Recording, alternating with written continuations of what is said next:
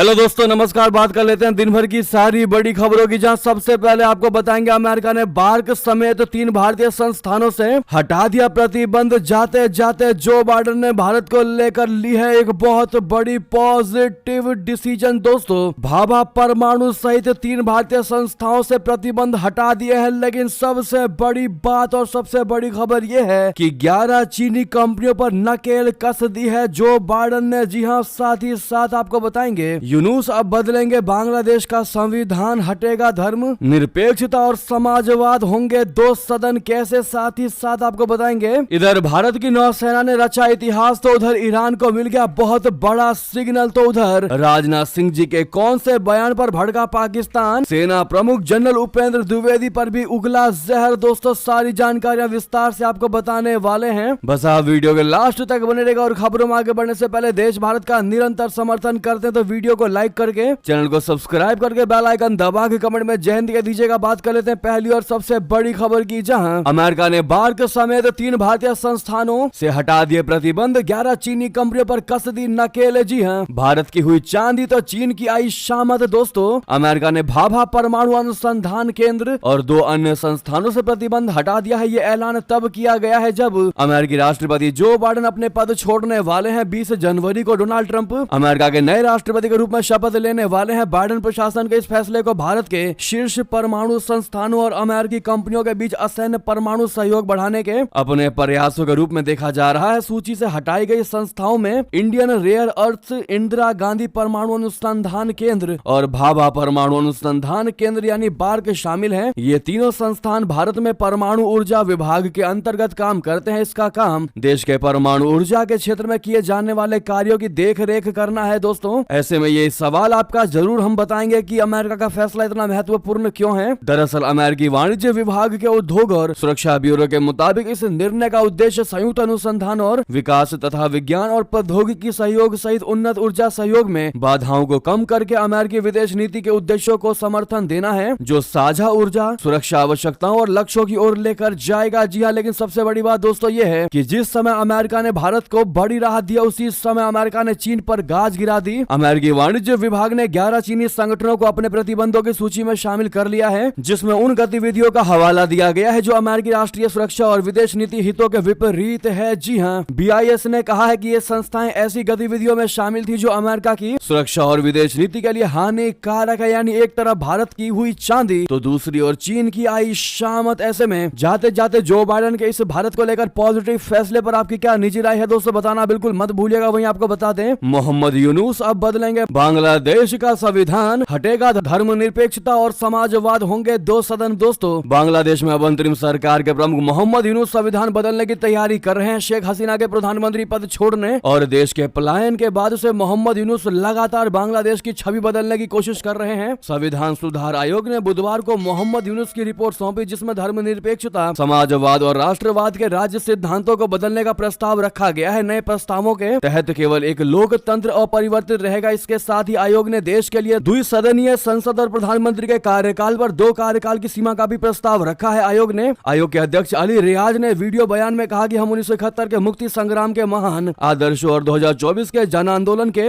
दौरान लोगों की आकांक्षाओं को प्रतिबिंब करने के लिए 5 राज्य सिद्धांतों, समानता, मानवीय गरिमा, सामाजिक न्याय, बहुलवाद और लोकतंत्र का प्रस्ताव कर रहे हैं। वहीं बता दें, इधर भारत की नौसेना ने रचा इतिहास, तो उधर ईरान को भी मिल गया बड़ा सिग्नल। क्या सिग्नल मिला है बता दें, भारत की नौसेना ने बुधवार को नया इतिहास रच दिया। पीएम मोदी ने मुंबई की नौसेना डॉकयार्ड से INS वागशीर, INS नीलगिरी और INS सूरत को राष्ट्र को समर्पित कर दिया। ऐसा पहली बार हुआ जब एक डिस्ट्रॉयर, एक फ्रिगेट और एक सबमरीन एक साथ नौसेना में कमीशन हुई हो। भारत की ही तरह ईरान की नौसेना को भी अपना सबसे बड़ा सिग्नल मिल गया है। ये एक खुफिया जहाज है जो कई खूबियों से लैस है। ईरान की नौसेना में बुधवार को खुफिया जहाज सिग्नल कमीशन किया गया। समाचार संगठन तस्नीम के मुताबिक सेना को 1000 ड्रोन की डिलीवरी देने के बाद यह दूसरा ऐसा बड़ा मौका है जिससे ईरान के सुरक्षा तंत्र को मजबूती मिलेगी। तस्नीम के मुताबिक ये जहाज जाग्रोस इलेक्ट्रॉनिक सेंसर से लैस है जो साइबर ऑपरेशंस को रोकने के साथ साथ खुफिया निगरानी करने की भी क्षमता रखता है। जी हां, ईरान की नौसेना के कमांडर शाहराम ईरानी ने कहा है कि सिग्नल खुफिया जहाज महासागरों में ईरान की नौसेना की ताकत बढ़ाएगा। यह इसलिए भी खास है क्योंकि ईरान ने हाल ही में 2 महीने तक चलने वाला सैन्य अभ्यास शुरू किया था। इसके ईरान रिवॉल्यूशनरी गार्ड ने मिसाइलों को ड्रोनों के हमलों के खिलाफ अपने परमाणु प्रतिष्ठान इंसानों की रक्षा का अभ्यास किया था। दोस्तों वहीं आपको बता दें, रक्षा मंत्री राजनाथ सिंह जी के बयान पर भड़क गया पाकिस्तान। भारतीय सेना प्रमुख उपेंद्र द्विवेदी पर भी जहर उगला। दरअसल पाकिस्तान ने रक्षा मंत्री राजनाथ सिंह जी और सेना प्रमुख जनरल उपेंद्र द्विवेदी जी के इन आरोपों को बेबुनियाद करार देते हुए बुधवार को खारिज कर दिया कि पाकिस्तान आतंकवाद का केंद्र है और वो आतंकवाद को प्रायोजित कर भारत को अस्थिर करने का प्रयास कर रहा है। राजनाथ सिंह जी ने मंगलवार को पाकिस्तान पर आतंकवाद को प्रायोजित करके भारत को अस्थिर करने के लगातार प्रयास करने का आरोप लगाया था। उन्होंने कहा था कि इस्लामाबाद को पाकिस्तान के कब्जे वाले कश्मीर में अपने आतंकवादी ढांचे को नष्ट करना होगा या परिणाम भुगतने के लिए तैयार रहना होगा। तो वहीं सेना प्रमुख द्विवेदी ने सोमवार को पाकिस्तान को आतंकवाद का केंद्र करार देते हुए कहा था कि जम्मू कश्मीर में हिंसा का कुचक्र पड़ोसी देश से संचालित किया जा रहा है। हालांकि उन्होंने केंद्र शासित प्रदेश की समग्र स्थिति को पूरी तरह से नियंत्रण में बताया था। दोस्तों पाकिस्तानी सेना ने कहा कि इस तरह के राजनीति से प्रेरित और भ्रामक बयान भारतीय सेना के अत्यधिक राजनीतिकरण को दर्शाते हैं। पाकिस्तानी सेना ने कहा कि पाकिस्तान ऐसी बेबुनियाद टिप्पणियों पर कड़ी आपत्ति जताता है। पाकिस्तान में गैर मौजूद आतंकवादी ढांचे की कल्पना करने के बजाय आत्म भ्रम में ना पड़ना और जमीनी हकीकत की सराहना करना बुद्धिमानी होगा। वहीं बता दें, अपनी ही सरकार पर भड़के पाकिस्तान के स्कॉलर कहा हम मानवाधिकार रट रहे हैं लेकिन भारत ने विकास की नई छलांग लगा दी। जी हां, जम्मू कश्मीर में लगातार हो रहे विकास कार्यों से न केवल विपक्षी दल के नेता यानी वहां के मुख्यमंत्री उमर अब्दुल्ला और कश्मीर की आवाम गदगद है, बल्कि पड़ोसी देश पाकिस्तान में भी इसको लेकर खूब चर्चाएं हो रही हैं। प्रधानमंत्री नरेंद्र मोदी ने अभी हाल ही में जम्मू कश्मीर के गांदरबल जिले में सामरिक रूप से महत्वपूर्ण जेड मोड सुरंग के उद्घाटन किया तो इसकी चर्चा पाकिस्तानी मीडिया में भी होने लगी। पाकिस्तानी स्कॉलर और एक्सपर्ट कमर चीमा ने भारत के इस कदम पर अपने ही देश की सरकार की खिंचाई कर दी। चीमा ने अपने यूट्यूब चैनल पर जारी वीडियो में कहा कि पाकिस्तान जहां आजाद कश्मीर में मानवाधिकार और शांति का मुद्दा उठाने पर ही दशकों से अटका पड़ा है, वहीं भारत ताबड़तोड़ विकास योजनाओं को अमली जामा पहनाकर जम्मू कश्मीर में आधारभूत संरचनाओं का जाल बिछा रहा है। इससे वहां के लोग भी खुश हैं और विपक्षी दल की सरकार होने के बावजूद मुख्यमंत्री की तारीफ करते नहीं थक रहे। कमर चीमा ने कहा हमें यह देखना पड़ेगा कि पाकिस्तान कहां खड़ा है और भारत कहां खड़ा है। पाकिस्तानी लोग दशकों से जम्मू कश्मीर को मानवाधिकार के दृष्टिकोण से देख रहे हैं, अभिव्यक्ति की आजादी की बात कर रहे हैं, अंतर्राष्ट्रीय कानून की बात कर रहे हैं, वहां स्थानीय लोगों के शोषण की बात करते रहते हैं, लेकिन भारत सरकार जम्मू कश्मीर को दूसरे नजरिए से देखता है। भारत देखता है कि वहां क्या विकास किया जा सकता है, लोगों के जीवन स्तर में क्या क्या आमूल चूल बदलाव लाया जा सकता है। भारत इस तरीके से सोचता है।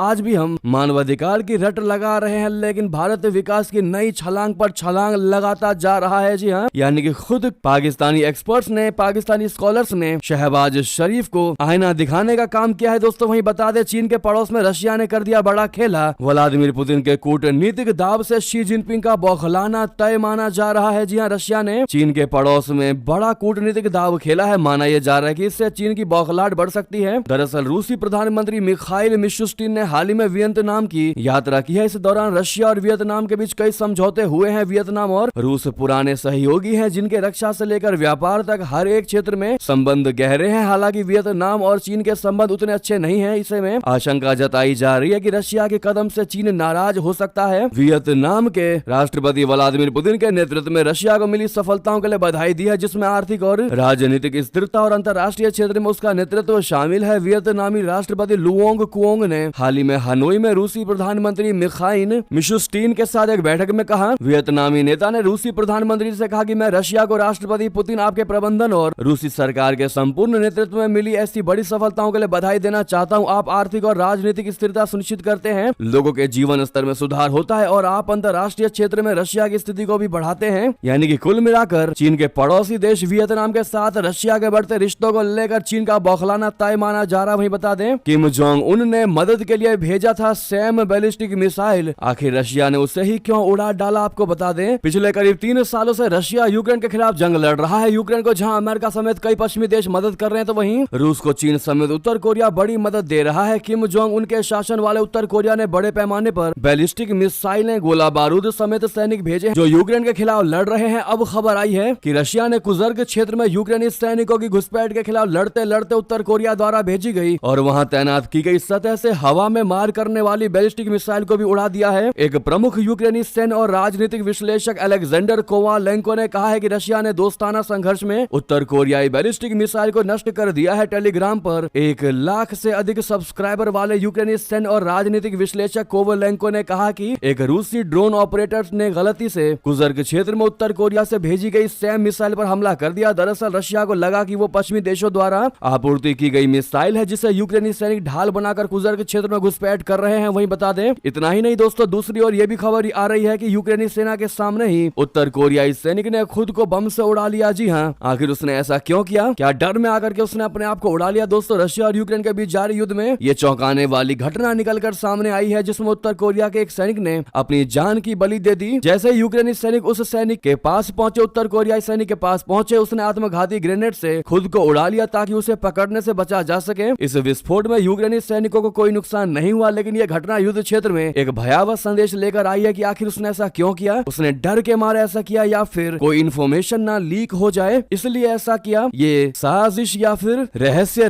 ही रह गई। वहीं आपको बता दें, भ्रष्टाचार मामले में बांग्लादेश की पूर्व पीएम खालिदा जिया हुई बरी। सुप्रीम कोर्ट ने सुना दिया फैसला। दोस्तों, बांग्लादेश के पूर्व प्रधानमंत्री और बीएनपी के अध्यक्ष खालिदा जिया को बुधवार को सुप्रीम कोर्ट ने भ्रष्टाचार के मामले में बरी कर दिया है। पूर्व पीएम खालिदा जिया को 2018 में जिया चैरिटेबल ट्रस्ट भ्रष्टाचार मामले में हाई कोर्ट ने दोषी ठहराया था और 10 साल की सजा सुनाई थी। जी हां, बांग्लादेशी मीडिया की रिपोर्ट के मुताबिक सुप्रीम कोर्ट के मुख्य न्यायाधीश डॉक्टर सैयद रफात अहमद की अध्यक्षता वाली पीठ ने यह फैसला सुनाया। इसके अलावा सुप्रीम कोर्ट ने जिया खालिदा, बीएनपी के कार्यवाहक अध्यक्ष तारिक रहमान और अन्य सभी संदिग्धों को जिया अनाथालय ट्रस्ट भ्रष्टाचार मामले में उनकी अपील में बरी कर दिया। कोर्ट ने कहा कि यह मामला बदले की भावना से प्रेरित था। वहीं बता दें, गलवान जैसी घटना दोबारा ना हो, मुस्तैदी से तैनात है अपनी भारतीय सेना। आर्मी चीफ ने बताया उत्तरी सीमाओं का क्या है हाल। दरअसल भारतीय सेना प्रमुख जनरल उपेंद्र द्विवेदी जी ने बुधवार को कहा कि उत्तरी सीमा पर स्थिति संवेदनशील लेकिन स्थिर बनी हुई है और सेना किसी भी स्थिति से निपटने के लिए पूरी तरह तैयार और सक्षम है। उन्होंने कहा कि भारतीय सेना की मजबूत उपस्थिति के कारण उत्तरी सीमाएं सुरक्षित है। उन्होंने पुणे में आयोजित एक कार्यक्रम के दौरान कहा कि उत्तरी सीमाएं सुरक्षित है क्योंकि भारतीय सेना वहां तैनात है और सेना उतनी संख्या में मौजूद है जितनी संख्या में सीमा की रक्षा के लिए आवश्यक है। जी हाँ, वहीं बता दें, इजराइल और हमास के बीच युद्ध विराम पर सहमति। डोनाल्ड ट्रंप ने कहा जल्द रिहा होंगे बंधक। दोस्तों, अमेरिका के नवनिर्वाचित राष्ट्रपति डोनाल्ड ट्रंप ने बड़ा बयान देते हुए कहा है कि मिडल ईस्ट में बंधकों की रिहाई पर डील हो गई और वे जल्द रिहा होंगे। इजराइल और हमास के बीच युद्ध विराम को लेकर आधिकारिक ऐलान का इंतजार है। सूत्रों के मुताबिक हमास बंधकों की रिहाई करेगा गाजा से, इजराइल चरणबद्ध तरीके से सैनिकों की वापसी करेगा। हमास सबसे पहले महिला और 19 साल से कम युवाओं को रिहा करेगा। गाजा डील का पहला चरण 42 दिनों का होगा, जिसमें लगभग 34 बंधकों की रिहाई हमास करेगा। जी हाँ, यानी कि माना जा रहा है कि गाजा में 15 महीने बाद शांति हो सकती है। वहीं आपको बता दें, मोदी राज में संभव हुआ महाकुंभ का भव्य आयोजन। विदेशी मीडिया ने जमकर बांधे तारीफों के पुल। छप रही है ये सुर्खियां, आपको बताना बेहद ही जरूरी। दोस्तों, प्रयागराज उत्तर प्रदेश में महाकुंभ 2025 का शुभारंभ हो चुका है। यह ऐतिहासिक आयोजन करीब 1.5 महीने तक चलने वाला है। इसमें 40 करोड़ श्रद्धालुओं के शामिल होने की उम्मीद है। प्रधानमंत्री नरेंद्र मोदी के राज में महाकुंभ की विशालता और भव्यता ने न केवल देश में बल्कि अंतर्राष्ट्रीय स्तर पर भी खूब सुर्खियां बटोरी है। पूरी दुनिया महाकुंभ मेले के कुशल प्रबंधन का श्रेय मोदी और योगी सरकार को दे रही है। पाकिस्तान, अमेरिका, रशिया, ब्रिटेन और कतर समेत कई देशों के मीडिया में महाकुंभ की कवरेज प्रमुखता से की जा रही है। गंगा, यमुना और सरस्वती के पावन संगम पर आस्था की डुबकी लगाने दुनिया भर से लोग पहुंच रहे हैं। 13 जनवरी को पौष पूर्णिमा से शुरू हुआ यह आयोजन 26 फरवरी को महाशिवरात्रि के दिन संपन्न होगा। इस बीच बता दें, पाकिस्तान के प्रमुख अंग्रेजी अखबार द एक्सप्रेस टीवी ने लिखा कि दुनिया का सबसे बड़ा धार्मिक जमावड़ा महाकुंभ मेला शुरू हो चुका है, जिसमें करोड़ों भक्त संगम तट पर डुबकी लगाकर पवित्रता की अनुभूति करेंगे। ये आयोजन हिंदू एकता और भारतीय संस्कृति का प्रतीक है। तो उधर CNN यानी अमेरिकी मीडिया ने अपने कवरेज में लिखा है कि महाकुंभ में 40 करोड़ लोगों के आने की उम्मीद है, जो अमेरिका और कनाडा की संयुक्त आबादी के बराबर है। तो वहीं ABC न्यूज ने महाकुंभ को लेकर टाइटल दिया है कि मानवता का सबसे बड़ा जमावड़ा। वहीं ब्रिटेन और रशिया का भी रुख क्या है आपको बता दें। राइटर्स और द गार्डियन जैसे ब्रिटिश मीडिया ने महाकुंभ के भव्य दृश्यों और श्रद्धालुओं की भावनाओं पर केंद्रित रिपोर्ट प्रकाशित की है। रशिया के RT वर्ल्ड ने इसे मानवता का सबसे बड़ा आध्यात्मिक उत्सव बताते हुए आयोजन की व्यवस्थाओं की सराहना की है। ऐसा ही दोस्तों बाकी सारी चीजें आप स्क्रीन पर देख ही पा रहे होंगे। हर तरह के विदेशी खबरों के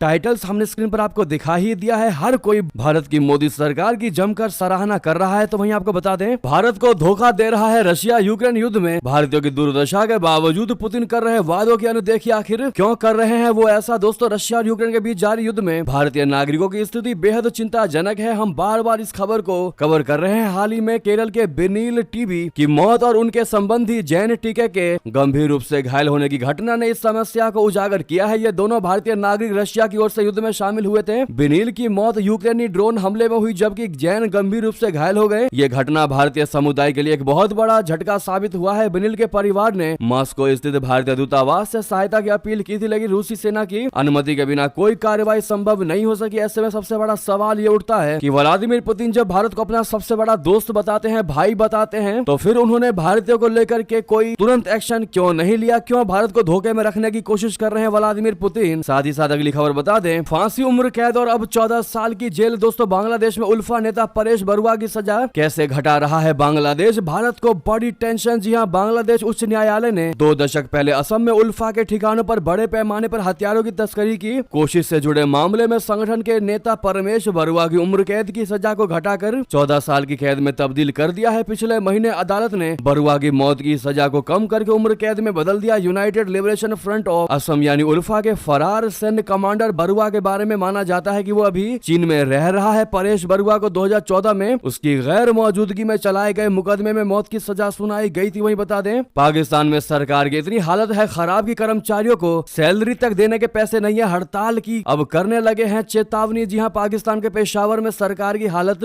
इतनी ज्यादा खराब हो गई है कि उनके पास अपने कर्मचारियों को सैलरी तक देने के लाले पड़ गए हैं। पेशावर में सरकारी कर्मचारियों ने सरकार के खिलाफ हल्ला बोल कर दिया। कर्मचारियों को सैलरी नहीं मिल पाई। उन्होंने सरकार को जल्द सैलरी रिलीज करने की चेतावनी दी है। मांगे नहीं मानने पर हड़ताल पर जाने की धमकी दी है। एक्सप्रेस ट्रिब्यून के मुताबिक सिटी मेट्रोपॉलिटन सरकार गंभीर वित्तीय संकट से जूझ रही है, जिससे सरकार समय पर वेतन देने में असमर्थ है। कई कर्मचारियों का कहना है कि वो अपने घर का बिजली और गैस जैसी बुनियादी बिल तक चुकाने में असमर्थ है। कई श्रमिकों ने बताया कि बिल न चुकाने के कारण उनके बिजली कनेक्शन काट दिए गए हैं, जबकि स्थानीय दुकानदारों ने सामान के लिए उधार देना बंद कर दिया है। वहीं बता दें, दक्षिण कोरिया में मार्शल लॉ लगाने वाले राष्ट्रपति यून हुए गिरफ्तार। जी हां, सीढ़ी लगाकर घुसी थी पुलिस। बता दें, साउथ कोरिया में महाभियोग लगाए गए राष्ट्रपति यून सुक योल को अरेस्ट कर लिया गया है। पुलिस ने 15 जनवरी बुधवार की सुबह उन्हें राष्ट्रपति भवन से गिरफ्तार किया है। भ्रष्टाचार जांच कार्यालय ने बताया है कि यून को स्थानीय समय के अनुसार सुबह करीब 10:30 बजे गिरफ्तार कर लिया गया। इसके पहले 3 जनवरी को गिरफ्तार करने पहुंची टीम वापस लौटना पड़ा था, लेकिन इस बार बड़ी तादाद में पुलिस टीम के साथ अधिकारी राष्ट्रपति आवास में घुसने में सफल रहे और मार्शल लॉ की घोषणा के 1 महीने बाद राष्ट्रपति यून सुक योल को गिरफ्तार कर लिया। बता दें कि विधानसभा ने विपक्षी पार्टियों के 14 दिसंबर को उन पर विद्रोह का आरोप लगाते हुए महाभियोग चलाने के बाद यून को राष्ट्रपति पद से निलंबित कर दिया गया था। दोस्तों, उधर आपको बता दें, मोहम्मद यूनुस की पाकिस्तान से बढ़ रही है दोस्ती। पाकिस्तानी सेना प्रमुख से मिले बांग्लादेशी जनरल। बांग्लादेश के मोहम्मद यूनुस के अंतरिम सरकार की पाकिस्तान के साथ दोस्ती बढ़ रही है। बांग्लादेश और पाकिस्तान तेजी से एक दूसरे के साथ रक्षा संबंधों में विस्तार कर रहे हैं। अब मोहम्मद यूनुस ने बांग्लादेश की सेना के एक हाई रैंक के अधिकारी को पाकिस्तान के दौरे पर भेजा है। बांग्लादेश सशस्त्र बल डिवीजन के प्रिंसिपल स्टाफ ऑफिसर यानी PSO lieutenant general SM Kamrul Hasan ने मंगलवार को पाकिस्तानी सेना प्रमुख जनरल असीम मुनीर से रावलपिंडी में मुलाकात की है। पाकिस्तानी सेना की मीडिया मामलों की शाखा ISPR ने मंगलवार को दोनों की मुलाकात को लेकर एक बयान जारी किया। बयान में ISPR ने कहा कि रावलपिंडी में सेना के मुख्यालय में अपनी बैठक के दौरान दोनों पक्षों ने परस्पर एक दूसरे के साथ संबंधों को मजबूत बनाने पर जोर दे दिया। वहीं दोनों देशों के रक्षा संबंधों को लेकर भी चर्चा की गई और द्विपक्षीय सैन्य सहयोग को बढ़ाने के लिए नए रास्ते तलाशने को लेकर बातचीत हुई। वहीं बता दें, भारत सऊदी अरबिया जैसे देशों से यानी दुनिया से दोस्ती क्यों बढ़ाने लगा अफगानी तालिबान? दुश्मन पाकिस्तान नहीं है इसकी बड़ी वजह कुछ और है। बता दें, अफगानिस्तान में साल 2021 में सत्ता पर कब्जा करने के बाद अचानक से तालिबानी सरकार ने दुनिया भर के देशों से दोस्ती करना तेज कर दिया है। भारत के विदेश सचिव विक्रम मिस्री से मुलाकात के बाद अब तालिबानी सऊदी अरबिया के साथ दोस्ती मजबूत कर रहे हैं। सऊदी अरब ने काबुल में अपने दूतावास को फिर से पूरी तरह शुरू कर दिया है। यही नहीं, तालिबान सरकार में बेहद शक्तिशाली हक्कानी नेटवर्क के सरगना और अफगानिस्तान के गृह मंत्री सिराजुद्दीन हक्कानी ने सऊदी अरब के राजदूत से मुलाकात की। यानी कि तालिबान ने दोनों ही शक्तिशाली देशों से ऐसे समय पर दोस्ती बढ़ाई है जब उसका पाकिस्तान के साथ सैन्य संघर्ष हो चुका है। विश्लेषकों का कहना है कि इन मुलाकातों की वजह पाकिस्तान तो है ही, लेकिन बड़ी वजह अमेरिका में डोनाल्ड ट्रंप की वापसी है। जी हाँ, दरअसल तालिबान राज आने के बाद से ही अमेरिका के बाइडेन प्रशासन ने $18 अरब की सहायता अफगानिस्तान को सहायता राशि के रूप में दी है। इससे अफगानिस्तान को चलाने में तालिबान को बड़ी मदद मिल रही है। अब डोनाल्ड ट्रंप ने साफ कर दिया है कि वो तालिबान को दी जा रही इस मदद को बंद कर देंगे। विश्लेषकों का कहना है कि अमेरिका से डॉलर के बंद होने की आशंका से तालिबानी सरकार टेंशन में आ चुकी है। इसी वजह से तालिबानी सरकार अब क्षेत्र में नए पार्टनरशिप पर फोकस कर रही है। वहीं बता दें, दिल्ली चुनाव को लेकर बड़ी खबर, बीजेपी ने प्रधानमंत्री मोदी, अमित शाह समेत 40 स्टार प्रचारकों की लिस्ट कर दी जारी। ये 6 फिल्मी सितारे भी उतरेंगे प्रचार में। जी हां, दिल्ली विधानसभा चुनाव के लिए भारतीय जनता पार्टी ने बुधवार को 40 स्टार प्रचारकों की सूची जारी कर दी है। लिस्ट में प्रधानमंत्री नरेंद्र मोदी जी, गृह मंत्री अमित शाह जी और JP नड्डा जैसे कद्दावर नेताओं के नाम शामिल है। स्टार प्रचारकों की लिस्ट में केंद्रीय मंत्री राजनाथ सिंह, सिंह जी, नितिन गडकरी, पीयूष गोयल, शिवराज सिंह चौहान भी शामिल है। इस लिस्ट में सांसद बने कई फिल्मी सितारे जैसे मनोज तिवारी, दिनेश लाल यादव, हेमा मालिनी, रवि किशन, हंसराज हंस, स्मृति ईरानी शामिल है। जी हाँ, बहरहाल चौथी लिस्ट का अभी भी इंतजार है। तो उधर आपको बता दें, मोहन भागवत के बयान पर भड़के खड़गे, कह दिया ऐसा ही बोलते रहे तो देश में उनका घूमना फिरना मुश्किल हो जाएगा। जी हाँ, कांग्रेसी अध्यक्ष मल्लिकार्जुन खड़गे ने राष्ट्रीय स्वयंसेवक संघ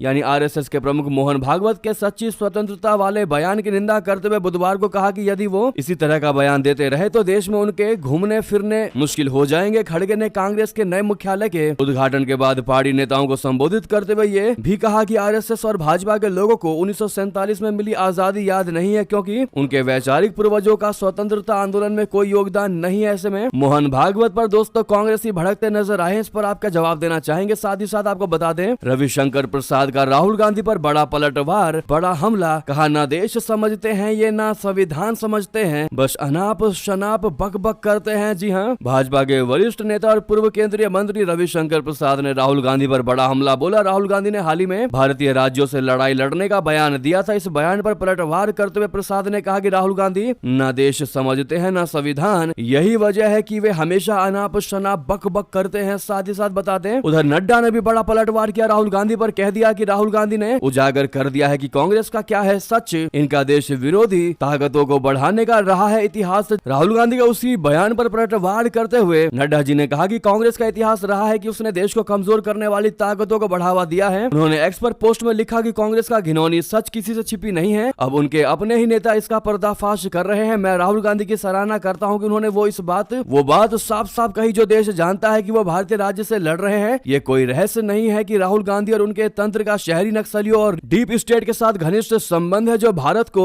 बदनाम करना चाहते हैं। वही बता दें, अब पूरे उत्तर प्रदेश में 8वीं तक के स्कूल रहेंगे बंद, मौसम विभाग की भविष्यवाणी के बाद योगी सरकार का बड़ा फैसला। जी हां, यूपी में मौसम विभाग की भविष्यवाणी के बाद योगी सरकार ने पूरे प्रदेश में 8वीं तक के स्कूलों को अगले 2 दिनों तक बंद रखने का आदेश जारी कर दिया है। पहले ये छुट्टी 14 जनवरी तक थी। बुधवार को कई जिलों में बच्चे स्कूल पहुंचे, लेकिन भीषण ठंड के कारण उपस्थिति बेहद कम रही। इस बीच मौसम विभाग की अगले 2 दिनों तक शीतलहरी और बारिश के साथ ओले की भविष्यवाणी ने छुट्टी बढ़ाने का फैसला कर लिया है। सरकार के आदेश पर शिक्षा निदेशक ने सभी बीए से शीतलहरी को देखते हुए अगले 2 दिनों यानी कि 16 और 17 जनवरी को भी छुट्टी का निर्देश जारी कर दिया है। साथ ही साथ दोस्तों, ये थी की सारी बड़ी खबरें। आपको खबर कैसी लगी कमेंट में बताना बिल्कुल मत भूलिएगा, और इस वीडियो को लाइक करके चैनल को सब्सक्राइब करके बेल आइकन दबा के कमेंट में जय हिंद कहते हुए वीडियो को दोस्तों भाइयों में साथियों में रिश्तेदारों में शेयर करना मत भूलिएगा। व्हाट्सएप, फेसबुक, एक्स के माध्यम से मिलते अगली बड़ी खबर में। यहाँ तक बने रहने के लिए आप सभी का बहुत बहुत धन्यवाद। जय हिंद, जय भारत।